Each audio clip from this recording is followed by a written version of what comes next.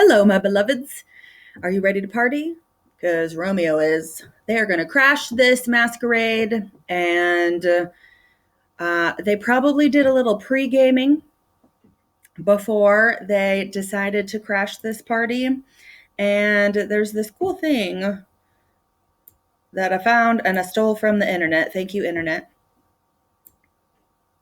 About Queen Mab. On the way to the party, we get to meet Mercutio, and Mercutio is a friend of Romeo. He is also related to the prince, and we don't find that out until the very end of the story. But anyway, he's got connections, and he is also invited to the party thrown by the Capulets. So they're all going to go to the party together, and on the way, Romeo says he's so sad, and everybody knows that he's heartbroken. And on the way to the party, he says that he had a dream and that he has a bad feeling about going to this party and that it's 'tis no wit to go, he says. And so Mercutio is like, oh yeah, I had a dream too. And he describes this little fairy named Queen Mab. I think he makes her up. And she basically is a fairy that messes with people's dreams and gives them either nice dreams or nightmares, depending. And so we will see how she is described. And Mercutio kind of goes crazy. And like I said, they probably did a little pre-gaming. In fact, in the 1996 version, they take drugs before they go, and I think it explains why he goes crazy. He really goes crazy. So we can go back to our text, and we are at the beginning of Act 1, Scene 4, and that's when they go to the party on their way, and then Scene 5 is when they're at the party and Romeo meets Juliet.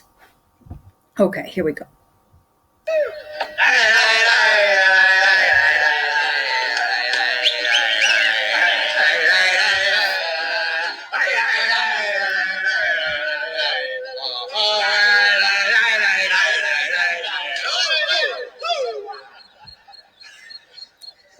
Shall this speech be spoke for our excuse, or shall we on without apology? It's late. The date is out of such prolixity.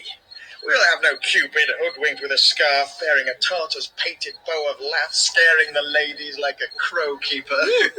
No, without book prologue, faintly spoke after the prompter for our entrance. But let them measure us by what they will. We'll measure them a measure and be gone. I like this side better. Torch, I'm not for this ambling. Being but heavy, I will bear the light. Nay, gentle Romeo, we must have you dance. Aye, believe me, you have dancing shoes with nimble soles. I have a sword of lead so sticks me to the ground I cannot move. Poor You're a Romeo. lover. Borrow Cupid's wings and soar with them above a common bound. I am to soar him, pierce it with his shaft, to soar with his light feathers, and so bound I cannot bound a pitch above dull woe. Under love's heavy burden do I sink. And to sink in it should you burden love. Too great oppression for a tender thing. Is love a tender thing? It is too rough, too rude, too boisterous, and it pricks like a thorn. If love be rough with you, be rough with love. Prick love for pricking, and you beat love down.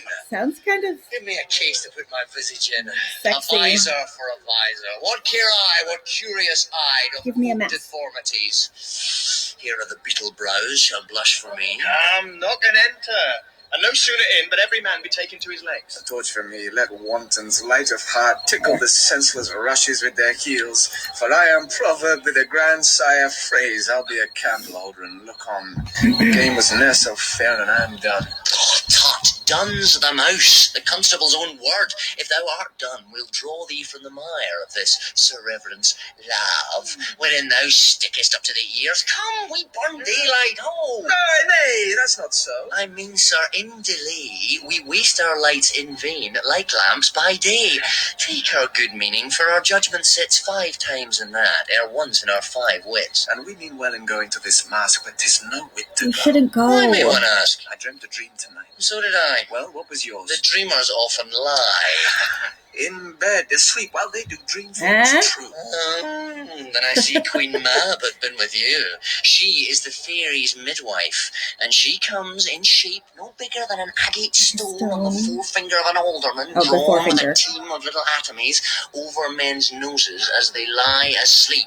Her wagon spokes made of long spinner's legs, the cover of the wings of grasshoppers, her traces of the smallest spider web, her collars of the moonshine's watery beams, her whip of cricket's bone, the lash of film, her wagoner, a small grey-coated gnat, not half so big as a round little worm, pricked from the lazy finger of a maid. Her chariot is an empty hazelnut, made by the joiner squirrel or old grub, time out of mind the fairies' coachmakers, and in this state she gallops, night by night, through lovers' brains, and then they dream of love. Or courtiers' knees that dream on curtsies straight, or lawyers' fingers who straight dream on fees, or ladies' lips who straight on kisses dream, which oft the angry Mab with blisters plagues, because their breaths with sweetmeats tainted are. Sometimes she gallops o'er a courtier's nose, and then dreams he of smelling out a suit, and sometimes comes she with a tithe pig's tail, tickling a parson's nose as he lies asleep. Pastors then he dreams of another dream benefice. of tithes. Sometimes she driveth o'er a soldier's neck, and then dreams he of cutting the foreign throats, of Took a turn. breaches, ambuscados, Spanish blades, of healths 5 fathom deep, and then, anon, drums in his ear, at which he starts and wakes, and being thus frighted, swears a prayer or two, and sleeps again. This is that very Mab that plats the manes of horses in the night, and bakes the elf locks in foul, sluttish hairs, which once untangled, much misfortune bodes. This is the hag, when maids lie on their backs, that presses them and learns them first to bear, making them women of good carriage. This is she. Peace, Mercutio, peace. Thou talkst of nothing. Exactly. True, I talk of dreams, which are the children of an idle brain, begot of nothing but vain fantasy, Love which that is as phrase. thin of substance as the air, and more inconstant than the wind, who woos even now the frozen bosom of the north, and being angered, puffs away from thence, turning his side to the dew-dropping south. This wind you talk of blows us from ourselves. Supper is done, and we shall come too late. I Late, fear let's go. too early. For my mind misgives some consequence, yet hanging in the stars shall bitterly begin his fearful date with this night's revels, and expire the term of a despised life closed in my breast by some vile forfeit of untimely death. But he that hath the steerage of my course, direct my sail. On, lusty gentlemen! Right drum!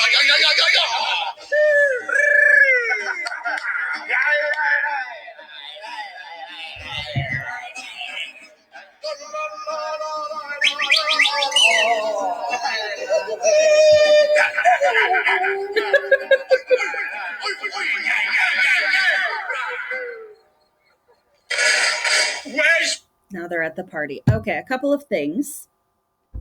One, think about the connection with the stars and how they really trusted in the stars, and they were kind of superstitious, and they cared about astrology, and so everything is hanging in the stars because they trust fate. And so he thinks that this is fated to go not well. What is that called? What's the lit term when we get a clue that something bad is going to happen later on? It's all over this passage right here. Also, I think it's funny that he kind of calls them like horn dogs. That used to be a phrase when I was in high school. I don't know if it is anymore, but I like that he makes fun of them. So now let's go to the party. And this is supposed to be a funny little jokey joke, ha. It's not very important to the story, but whatever. Here it goes. pot pan that he helps not to take away. He's shifted trencher, he's scrapered trencher. But none shall I all 1 or 2 men's hands in there and wash through till it's a foul thing. Away with the joint stools, remove Wash the your cork. hands. Look to the plate. Good thou, save me a piece of marchpane and as thou loves me, let the porter let in Susan Grindstone and Nell. Anthony, a pot pan. My boy, ready. I look for a Pot call pan. for, ask for and sought for in the great chamber. Oh, we cannot be here and there too. Cheery boys, be brisk a while and the longer they will take all.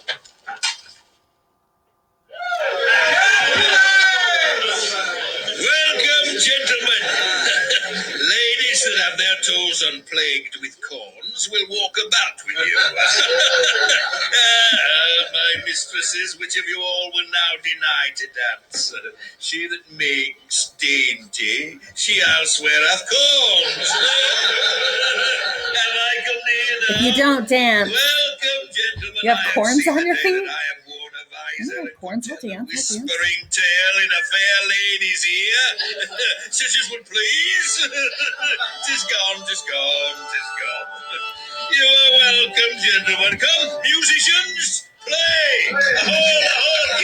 So think about what kind of a host Lord Capulet is. He knows that they are crashing the party. He is welcoming them at the door.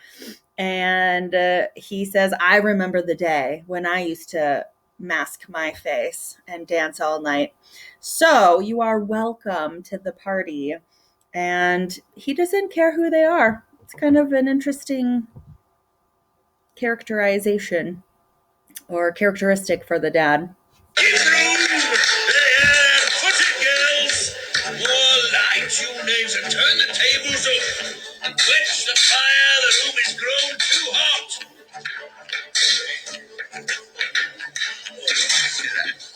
This unlooked for sport comes well. They sit, good cousin Capulet. For you and I are past our dancing days. How long is now since last yourself and I were in a mask? My lady, 30 years. That's right. What, man? 'Tis not so Talking to much, his 'tis not so cousin. much. 'Tis since the nuptial of Lucentio. Pentecost as quickly as it will, some 25 years, and then we must. Oh, fun time. 'Tis more. His son is elder, sir. Oh. His son is 30. Oh. Tell me that. His son was but a ward 2 years ago.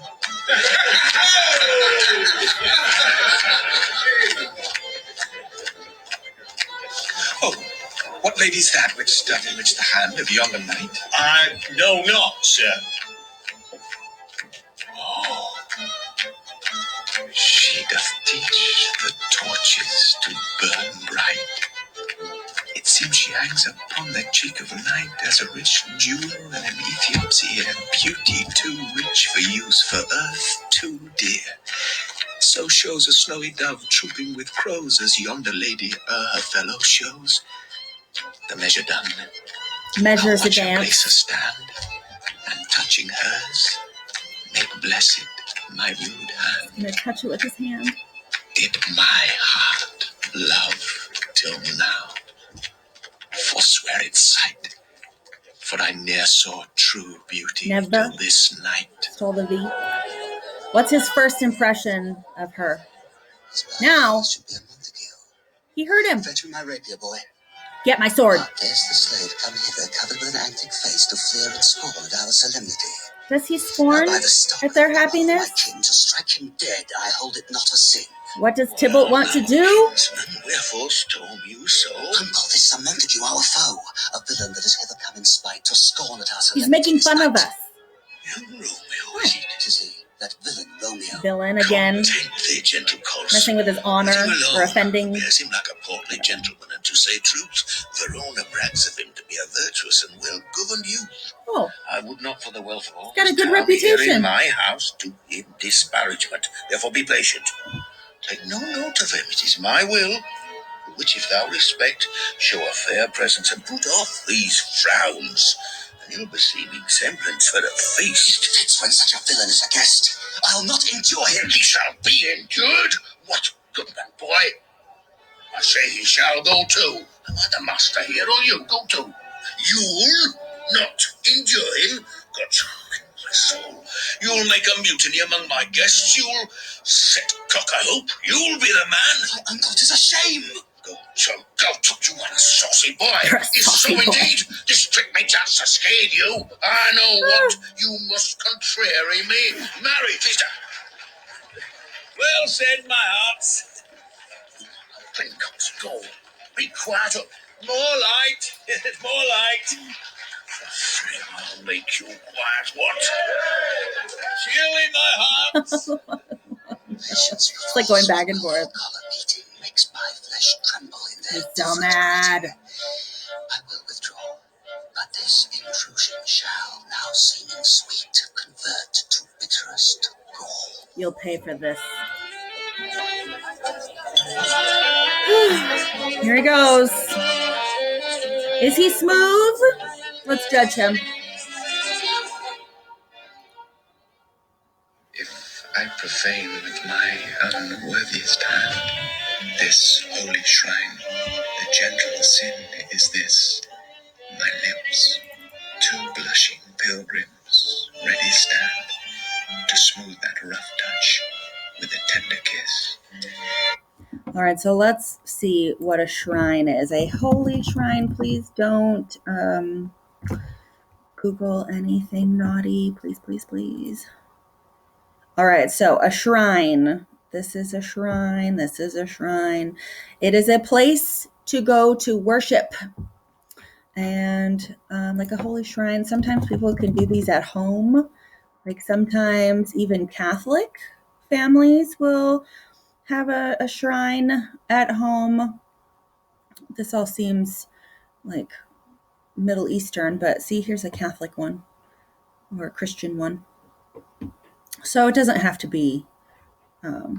But anyway, what he's saying is that he wants to sort of touch her holy hand. He wants to worship her and to give her hand a kiss. Good pilgrim, you do wrong your hand too much. He called Which manner of it devotion shows in this. For unworthy. saints have hands that pilgrims' hands do touch, and palm to palm his holy palm is kiss. Like Have not praying. saints lips and holy palms too? I, pilgrim, lips that they must use in prayer. Prayer And only. dear saint, let lips do what hands do. They pray. Grant thou, lest faith turn to despair. Saints do not move, though grant for prayer's sake. Then move not, while my prayer's effect I take. Oh, they kiss. Ew. Thus from my lips by thine, Ah, my sin is purged. now my sin is gone. Then have my lips the sin that they have took. Sin So from then, my lips. do I have the sin now? Trespass sweetly urged, give me my sin again. We'll kiss again and I'll take my sin back. You kiss by the book. Your mother craves a word with you. Oh. What is another? All right, so I'm going to go back a page because when he calls her a holy shrine, I think that he is on a pilgrimage to get to her holy place, if you know what I'm talking about. And so he calls her hand a shrine, and then she calls him the pilgrim, like he is on a holy pilgrimage. And then they say that this prayer is like a kiss, because if you're praying and your hands are meeting, and if you turn it sideways, it's almost like smooching. I missed the camera. I can't do whatever. Who cares?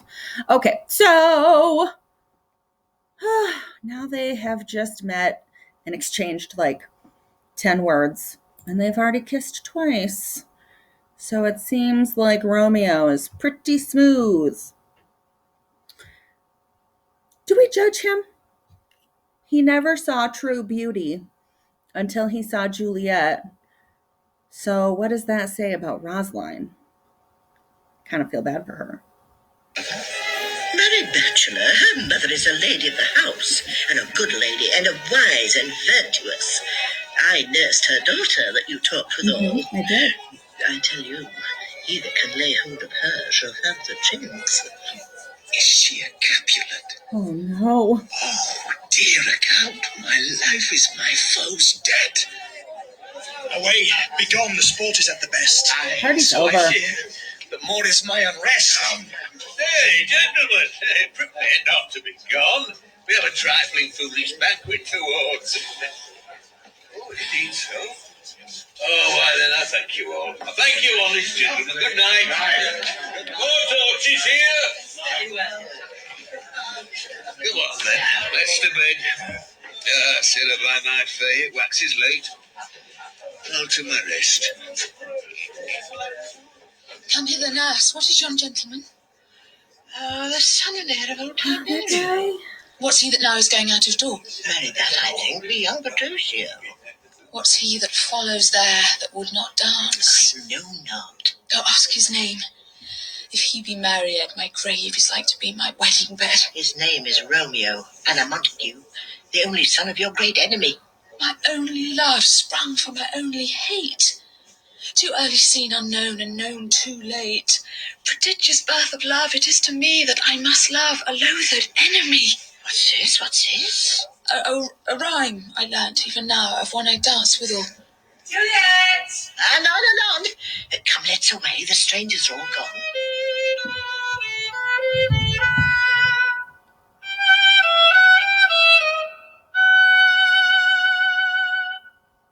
And that is the end of Act 1. So I have a few questions for us.